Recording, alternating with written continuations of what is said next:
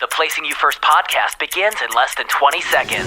Visit crcgroup.com to subscribe, download our award-winning tools and intel articles that help you stay aware of emerging issues and trends, or get a snapshot of the insurance marketplace with our industry-leading Ready indexes. You'll find it all on crcgroup.com under Tools and Intel. Welcome back to the Placing You First podcast. Today, we're tackling the evolving ransomware threat and the critical role that cyber insurance plays. We're joined by Hunter Maskell, a director with the CRC InsureTrust Cyber Practice Group, as well as CRC Professional Lines broker, Chris Zepeda. This is the Placing You First podcast from CRC Group. This podcast features news and insights from a vast knowledge base of over 5,100 associates who write more than $35 billion in premium annually. Plus, we give you the latest information on what's happening at CRC. This is the Placing You First podcast. And now the hosts of the podcast, Amanda Knight and Scott Gordon. Thanks for joining us, guys. Thanks for having us. Yeah, well, let's get right to it, fellas. Ransomware attacks are obviously increasingly sophisticated. We're hearing this every day, with double and triple extortion tactics becoming very commonplace. So what trends are we seeing as we head into 2025 now? Yeah, thanks, Scott. I appreciate that. We're hearing from a vast majority of the carrier partners we speak with is that ransomware continues to be up. So if you go back a couple of years into 2022, there was a very significant drop off that was mostly attributed to the war in Russia and Ukraine. And then we've kind of seen it tick back up consistently over the last couple of years. As we enter 25, I think that's certainly on the forefront of all of our carriers' minds and just the market in general is that claims continue to increase. We're trending back very close to the levels of 20 and 21 where we saw those all-time highs. And it's not just the individual attack, right? We're concerned with any sort of like systemic or industry impacting attacks. So we saw Change Healthcare in the healthcare industry and CDK in both in 2024 that were major systemic events across a certain industry. And then we even saw the CrowdStrike outage as a kind of all across all industries for anybody that used that platform as a systemic event in 2024. That's the really keep you up at night. Most carriers are financially positioned to be able to pay a claim for any one customer. What concerns them is if there's a single event that hits 75% of their book. Chris, you got anything you want to add? Yeah, no, I would say, like Hunter mentioned, claims are on the rise, but it's not like 20 and 21, which was like the highest the cyber market had ever seen. In regards to some widespread, like systematic events, to the point where the average person saw the effects. So with that in mind, what can we say about the real world impacts that are hitting businesses? Yeah, I think there's a couple of things that we think about in the way that breaks down across our clients. There are specific aspects of a claim, whether that's breach recovery, whether that's a class action lawsuit that comes on the back of it, whether that's a business interruption claim, right? Lost revenue that comes as a result of an outage. We've gotten really good at the very first part of that incident response, right? That how to hire a breach coach, how to hire a forensic vendor. Those costs continue to be refined, managed properly can actually be, quite reasonable for the work that's being done. I think the real world impact that we're most concerned with from a cost perspective is the rising cost of what business interruption claims are causing, right? So when clients are down or out or unable to conduct their business operations because of the time that their networks are offline, those are certainly rising. Those are certainly more complex. It's the most difficult portion of a claim to adjust.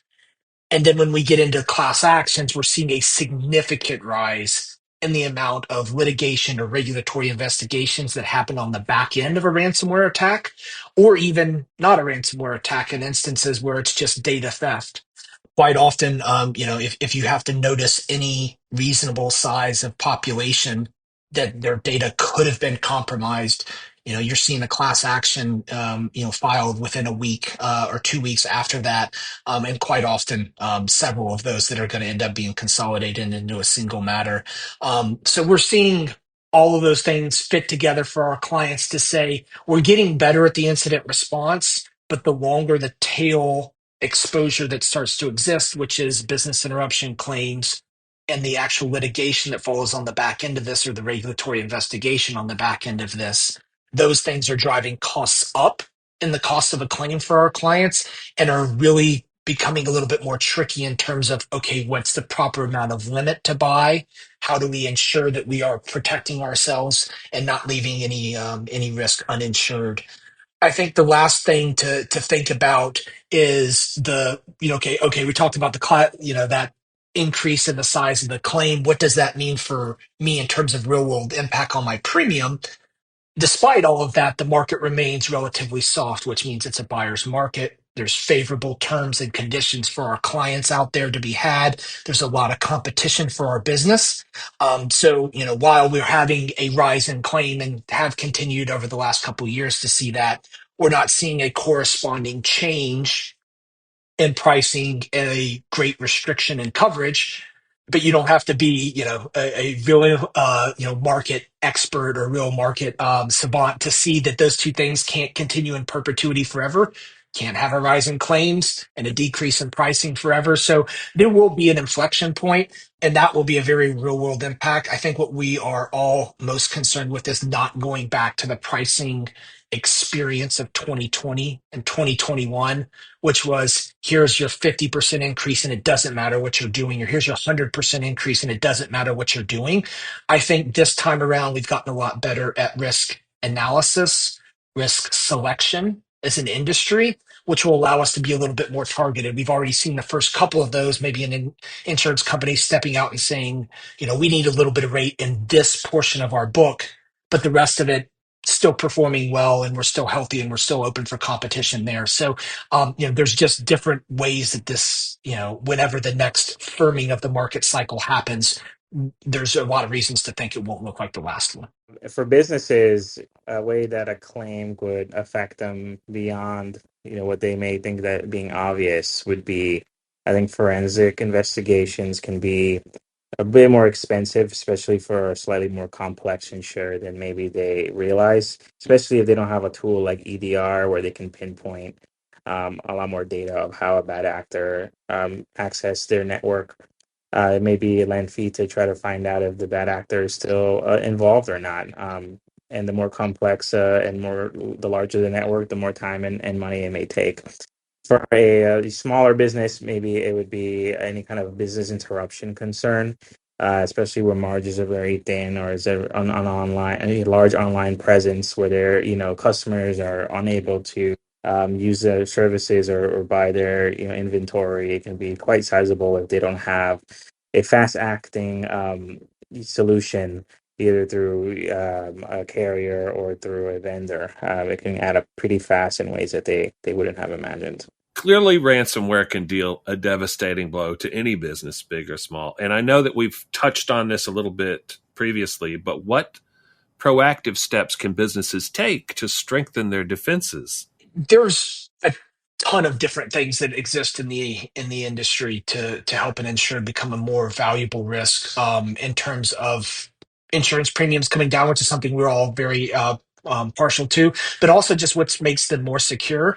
I think what we've gotten again better at in this cycle of the market is saying not everything applies to every client. So our clients that sit in that SME segment of the portfolio, we're going to focus on really the core essentials. Multi-factor authentication has become kind of the seminal one-stop. If you're not going to have anything else, let's start here. But we also know that it's not a silver bullet, and there's been instances of people working around that. But we want to see multi-factor authentication. We want to see it enabled for remote access to a network and on an email platform. We want to see backups that are stored offline or disconnected from the network. If you have that two combinations of controls and you sit in that small to medium business size, that's kind of what the insurance industry is looking at as a starting point. And then from there, all the other stuff that we do kind of ends up on the sliding scale of, are we good, acceptable risk? Are we better than the average risk? Or do we sit in this best in class bucket at the very top and get the absolute best terms and conditions from a carrier. So there's that variation, and then as you go upstream in terms of client size, you see things like endpoint detection and response technology, which is called EDR or sometimes MDR or XDR, which is really about if something gets in and malware starts to run on a specific computer device, it can stop that malware, it can isolate it, it can pull that machine offline and contain it to where it doesn't spread to the rest of the network. So we have seen instances, and it's the technology is so good that there are certain carriers out there that look at specific EDR providers and say, if you have this platform deployed within your network, we'll actually give you an extra 10, 15, 20% credit because we believe in it so much. So we've had clients of ours that said, hey, look, we had ransomware deployed on this server, this cluster of machines, but we were running a specific EDR product. That product contained it within these 10, these 20 machines. So instead of having a ransomware attack that takes down the whole company, you have this one little aspect of it that is this really the affected portion. Obviously, in that world, like Chris was just saying, like you don't have the large business interruption outage, right? Like as a company and talking about day-to-day implications, you're able to still function. You're able to still conduct business, generate revenue, which is all the things that we're certainly interested in. And then the larger you go, if you get into large enterprise style clients, right, there are technologies that they want to see. They want to know that you have 24/7 monitoring of your network in the form of a security operations center. They want to know that you are, if something is going to happen, that you're going to catch it in the fastest way, fastest time possible. So we're going to shrink the time to response, and that you've tested an incident response plan, just like we have fire drills in schools. You don't want the first time you're trying to figure out how to get out of a building is when somebody pulls the fire alarm. Same thing with an IT issue, a ransomware attack. Don't be testing that the very first time when you have a ransomware attack. So those things become more important the larger you are as a client or a customer.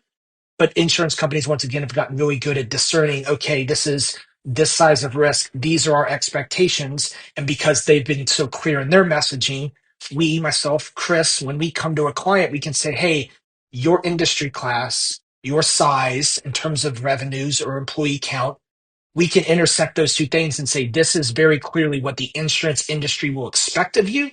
And we can create a better buying experience for our customers that way. Yeah, to piggyback off of what Hunter said, an incident response plan can be such a great thing.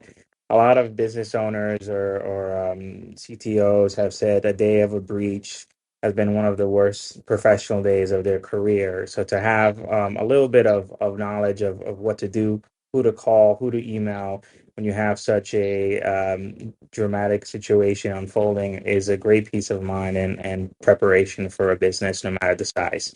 I'd also like to highlight, backups are great. They really need to be segmented for them to work. We've had clients where they had great up-to-date backups, but they were encrypted with the rest of the data in a breach. So unfortunately, did not really help them in that specific case. And MFA being implemented fully across the entire network as much as humanly possible. There's also been situations where breaches have occurred on the endpoints that didn't have MFA. It was 80, 90% implemented, and the one that didn't have it, that's how the bad actor got in. So those are all ways to use tools properly to really secure business. So, MFA, EDR, having a good incident response plan, I feel like those are, very automated, like sort of that steel wall of defense, right? But then we also hear about the role that human error, that human element can play in something like a ransomware attack. How do we guard against the people part? How do we guard against that human error piece of this? Yeah, a long time ago, when we were, when ransomware attacks were just becoming a novelty, a concept, maybe almost a decade ago, people were just kind of starting to explore cyber and all the things it can be. We were sitting on a panel one day, and I heard an IT security expert that I really respect in the industry said something that really stuck with me for a decade now. He said, right, like your employees are your largest asset as a company by far, but they are also the most likely the person that will make the mistake that will lead to whatever IT issue that you have, whether that's clicking on a link, or opening an attachment that they shouldn't, or whatever it may be. So employee training is absolutely critical. It should be done. It should be one of those core controls. We do it within CRC. We have our consistent quarterly trainings, and we would encourage every single one of our clients to have that sort of consistent training that they're making sure that they're doing. However, and this was the part that I loved, is you'll never educate your way to zero. You will never have ever have so much training that somebody won't click on that link, won't open that email, won't do what they're not supposed to do. So on the back end, it is educate, educate, educate, and then make sure that if they do click that link, if they do open that email, how do we make it not matter that much, right? And so what happens generally is when you open that email, click that link, enter those credentials where you shouldn't, right? The bad guy now has control of you, for let's say my computer, right? They are now Hunter Maskell within the environment. But what does that mean, right? That means they can send some emails out. That means that they can go into some file shares. But that doesn't mean that they have the keys of the kingdom and can go in and shut down the network. So for them to execute a proper ransomware attack, they need to do what we call escalate privileges, which means go from that end user that you fished, that you got their credentials or that you got access to their machine, and you got to get all the way up to the keys of the kingdom, what we call a domain administrator. So how do they move from point A to point B? It depends a lot on the type of the entity, the infrastructure, how many people have the keys of the kingdom. There's a lot of different technical factors that exist there. But as many technical factors that exist, there are technical controls that you can have there. You can have separation of duties. You can have internal MFA. So even those domain administrators have to multi-factor if they're inside the network, right? We always think about external access. There's MFA for internal for those privileged users. There's implementing the EDR technology that we've talked about, right? That can contain that. There is monitoring on those super sensitive assets that exist within an organization. So, we move from the IT, which is kind of this human training. We gotta talk about it. We gotta educate all the way through hey, if this all goes wrong, how do we make it not matter that much? And that's really focused on a lot of those technical controls, the separation of duties, separation of servers, and then the protections built in around there. Phishing simulations can help employees, which will probably be the way in, as you can't, like Hunter said, you can make that 0%, but what do you do when it does happen? What controls do you have in place when you do have an employee error? I think Hunter got that down pretty great for Amanda and Scott. I know that we get fake fished all the time to try to train all of us. I want to report that I get a gold star because I will report an email to phishing all the time. If I have any doubt, Awesome. I'm not clicking that. Yeah. But even I consider myself pretty sophisticated with that stuff. Like Amanda said, I'm sending them in all the time. But they put one out one time that I forget whether it was just absent-mindedness or force of, instinct or whatever. I hit it. Mm-hmm. And they were like, good thing this wasn't real, Scott. And I was like, yeah, good thing, because, we all have a lapse in judgment sometimes. Yeah, I think it's when it hits you when you're super busy or distracted, right? And you don't really take the time to look super carefully. It can totally happen to anybody. I mean, and we've all worked for the place where there's that one old guy who always forwards the email joke or whatever. But I'm not that guy, and I still got it. So on the flip side of things, how are insurers adjusting to these threats, and what should businesses look for in their cyber policies? Yeah, I mean, I think, we're in a soft market cycle, as I said. So right now it's buyers friendly, right? So we're not seeing a lot of new exclusions added to policies. There's a couple of small nuanced areas that we're seeing, things like wrongful collection, which is nothing to do with the data breach or ransomware attack, but instead somebody's actually uh, collecting or using data in violation of one of these data privacy laws out there. And then there's a class action lawsuit against the insured for their data use practices or how they're collecting data. And it could be as simple as just how you're tracking cookies on your website. Those things are evolving at a very quick pace. That's probably the most active area that we see policy language changing. That's meaningful to our insured. We're seeing a lot of carriers also make changes around the war exclusion, and that's being driven by reinsurance markets that are really moving towards language that came out of London a few years ago. But in reality, that hasn't overly affected a large swath of claims. So right now, the good news is it's still a good time to be a buyer. We're still making sure that we're looking for full limits. There really shouldn't be anything sublimited on your policy these days outside of crime. Cyber crime being part of a cyber policy now, we see that in terms of wrongful transfers of money. But other than that, like the insurance industry has responded with very good, very broad policies that we've not seen, but you're only going to get that if you're buying a true standalone policy from folks like myself and Chris. They're out there broking this every day. If you're buying a bolt on to a GL policy, or you're relying on the cyber within a property form or something like that, you're going to have a very different claim experience as opposed to that standalone cyber market. Yeah, and because buyers should be careful on business interruption. Sometimes there are like it's full coverage, but you look in the details and it's sublimited for non-IT, third-party BI or something like that. They'll have sublimits for certain types of business interruption. Something to be aware of. I mean, just listening to you all talk about, the differences between standalone policies and add-ons, and, you're clearly just talking out of your expertise and your knowledge, right? And it's just, the information just flows right on out. So this is a complex topic, and you guys are so articulate about it. And you're wholesale brokers, right? Obviously, you're with us. So what difference does working with the right wholesaler, hopefully CRC, make for agents and insureds? I mean, off the top of my head, I would say, what you're doing, what you're talking about. But is there anything else you'd want to highlight about the real benefits of working with the right wholesaler? Yeah, I think it's just how inherently unique a cyber policy is, right? There's no ISO form. There are hundreds of different carriers, hundreds of different languages, different approaches. There's nuances that if you're not in this every day, understanding the development of both laws that govern our industry as well as how the cyber policy is set up to respond to those, then it's really difficult to be, to provide your client that best in class solution, right? There's always going to be a bolt on or a package market that's willing to, hey, look here, I'll put this all together under one form. Convenience factor through the roof, obviously, for our retail partners. But are you truly getting that best in class experience? And in a soft market cycle right now where we are pushing the boundaries and covering things that have been never covered before, it's affording our clients opportunities to have claims covered that 2-3 years ago we wouldn't have imagined being covered.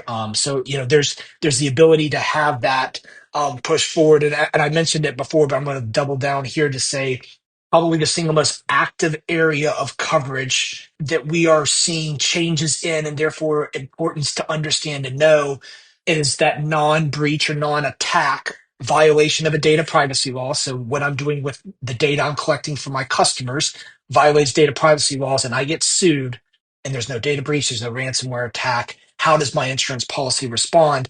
A good chunk of the markets out there are excluding that outright, including some of the leading cyber markets.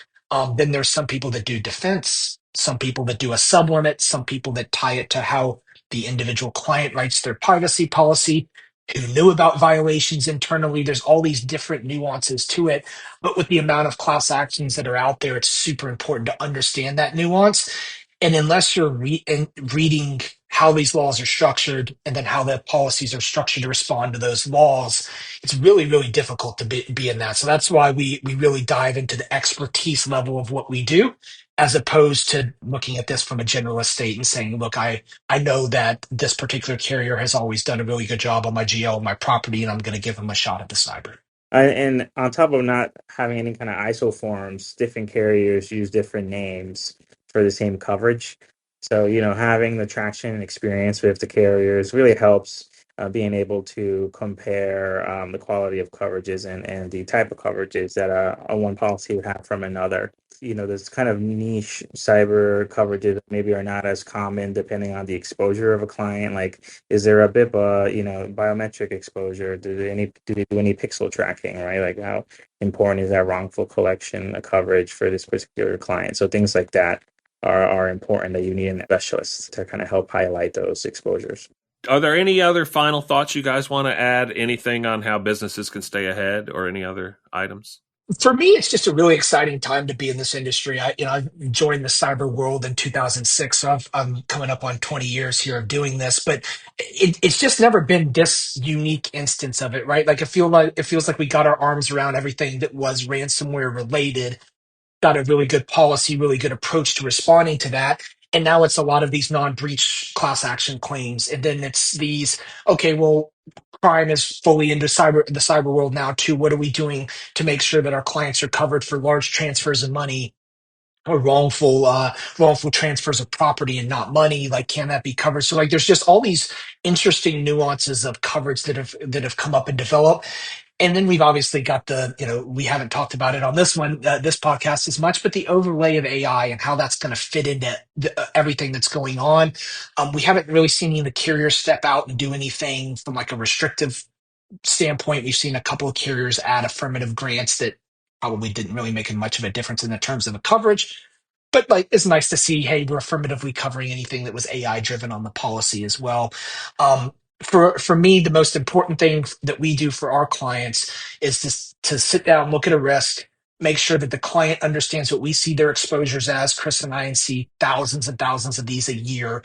Like, let us help you with that level of experience, understand what your risk is from the claims that we've seen from other clients that look a lot like you, and then make sure that we're crafting a policy to get that risk insured at the best possible rate. And all of those things are very possible, very doable in today's world, which just makes it an exciting time to be in cyber. It would be good to keep an eye on kind of like the global level of ransomware and the news that go on with that. The kind of unique thing with cyber is that there's always new kind of threats out there, new ways, factors to cause issues for businesses or litigation issues as well, right? When new topics come up, it'd be like the pixel claims that weren't even a thing a decade or two ago. So there's a bit innovative for the space. Just you want to keep an eye on it. When we talk about market trends, it's like, well, what's going on this year? And I'm like, well, in cyber, it's more like, what's going on this week? Because it's so quick moving and changing. So, yeah. Sure. But you guys are fantastic, and I always learn a lot about this stuff when we touch on this subject because it's so fast moving. But we're done with the hard part. Now we're to the fun part, a little segment that Amanda and I like to call Rapid Fire, where you guys just answer off the top of your head to a few questions. So don't think about it too much.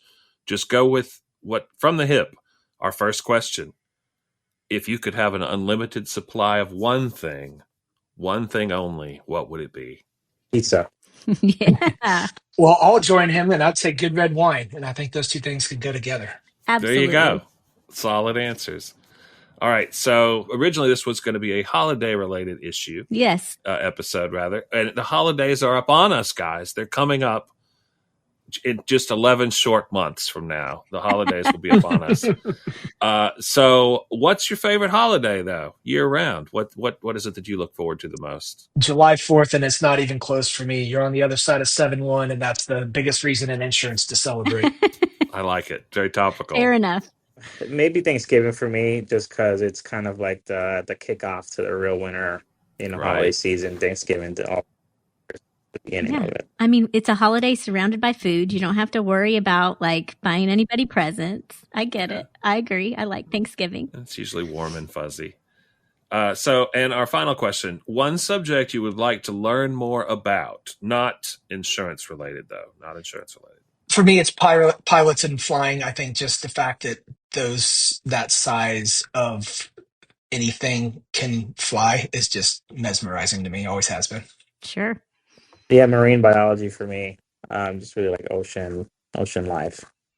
Well, you're in the perfect place for that. Yeah, that's true. Florida, right? Y'all have such great answers. Mine would have been like, I'd like to know more about beer or something ridiculous, So those were good answers. What can we say?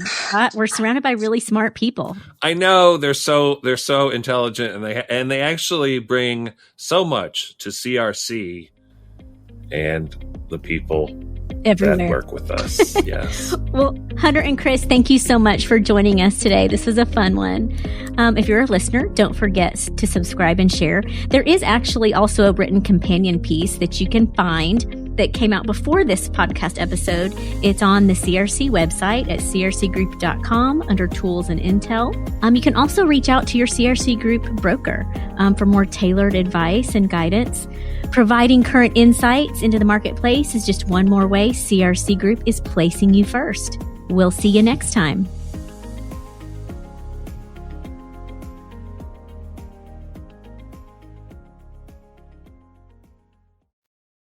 Are you ready to move faster and go further?